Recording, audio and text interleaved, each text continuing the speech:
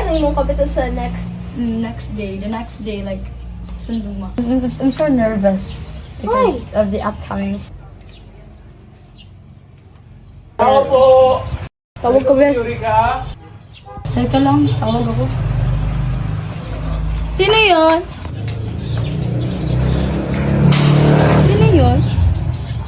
May pinabibigay po ang lola ko sa'yo before siya namatay.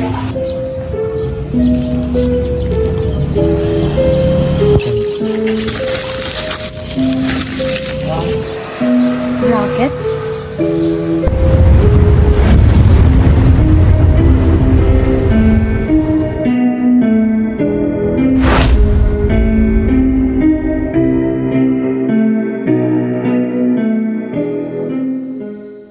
Hindi lahat ng pamana ay biyaya.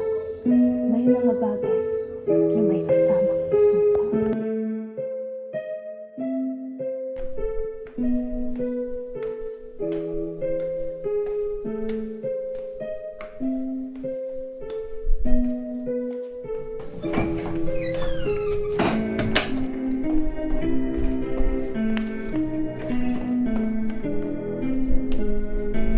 Pamana to ni Lola?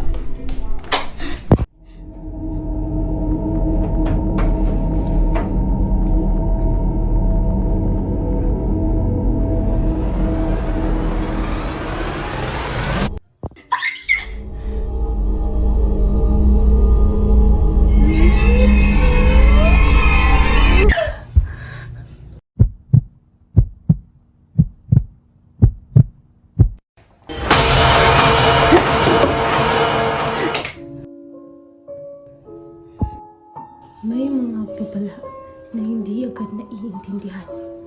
Kapag binalawala ang mga sinyales, ang sakit ang susunod na magpaparamdam. Yeah, but pag mag-lashes ka, dapat tili niya minalakan dito lang ako sa kamata. Tara na. Let's go. But, Eureka, parang may mali talaga sa rocket mo. Grabe ka naman, rocket lang yan.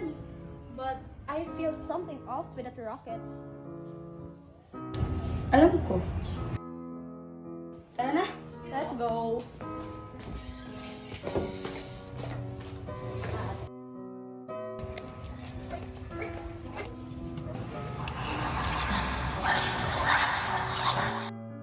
Eureka, are you okay?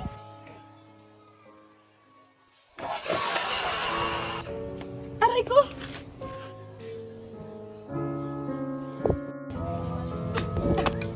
Aray ko!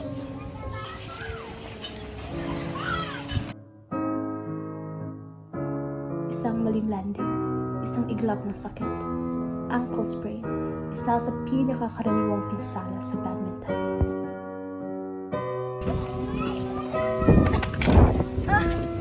Tuhod ko!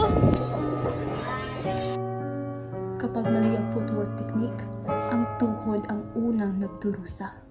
Knee injuries, tahimik, ngunit mapanganib. Aray! Para may mapiligyan sa balikat ko. Paulit-ulit na overhead movement, unti-unting sinisira ang balikat. Shoulder strain, Again, Eureka, go! Go! Ah! Yung kamay ko! maling galaw, maling hawak. Wrist injuries, bigla na lang sumusulpot. Yung kamay ko! Are you okay? I told you, hindi ordinary yung rocket mo. May spare to sa loob yun. Pero, hindi lang yun yung problema. Pinaparusahan niya ang mga manlalarong pabaya sa katawan.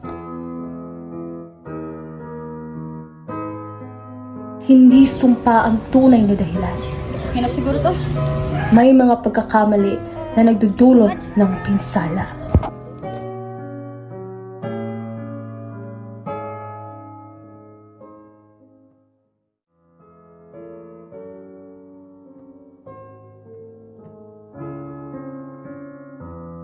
Kung ayaw mong maranasan ng parehong bangungot, mag-warm up muna ng 5 hanggang 10 minuto. Practice proper footwork. Magsuot ng tamang court shoes. palakasin ang binte at balikat. Uminom na sapat na tubig. At kung nasaktan, magpahinga ng 24 hours hanggang 48 hours.